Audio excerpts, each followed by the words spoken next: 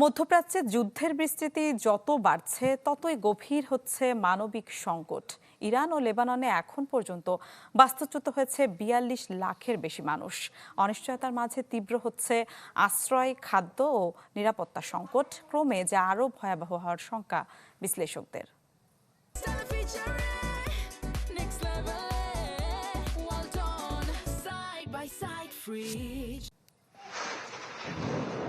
যুক্তরাষ্ট্র ইসরায়েলের যৌথ হামলায় ইরান ও লেবাননে ঘরছাড়া প্রায় ৪২ লাখ মানুষ। জাতিসংঘের শরণার্থী সংস্থা UNHCR জানায়, ২৮শে ফেব্রুয়ারি থেকে হামলার শুরুর পর ইরানে এখন পর্যন্ত ৩২ লাখ মানুষ বাস্তুচ্যুত হয়েছেন, আর নিহতের সংখ্যা ছাড়িয়েছে ১৫০০, যা প্রতিনিয়তই বাড়ছে। যুদ্ধের ২৭তম দিন পর্যন্ত রাজধানী তেহরান সহ ক্ষতিগ্রস্ত হয়েছে দেশটির ৮৫,০০০-এর বেশি বেসামরিক স্থাপনা। এমন অবস্থায় অস্থায়ী শেল্টারে ঠাঁই নিয়েছেন অনেকে। ইরানে বাস্তুচ্যুত মানুষের সংখ্যা দ্রুত বাড়ছে। পরিস্থিতি মানবিক সংকটের রূপ নিচ্ছে এবং তা নিয়ন্ত্রণে জরুরি সহায়তা প্রয়োজন। দেশটির সরকারি হিসাব অনুযায়ী ৬ লাখ থেকে ১০ লাখ পরিবার নিজেদের বাড়িঘর ছেড়ে পালাতে বাধ্য হয়েছে।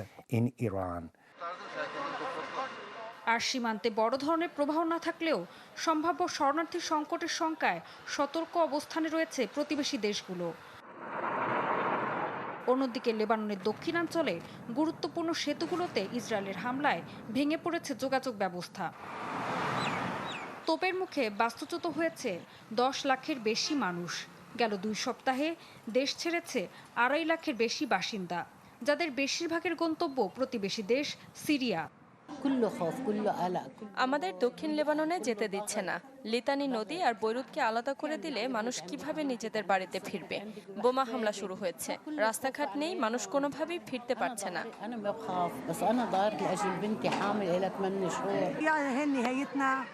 মানুষের মধ্যে হতাশা অনেক বেড়ে গেছে। আমরা যেখানে যাচ্ছি সেখানেই মানবিক স্বাস্থ্যসেবার প্রয়োজন হচ্ছে। মানুষ খুবই ভেঙে পড়েছে। এটা তাদের দ্বিতীয়বার বাস্তুচ্যুত হওয়া।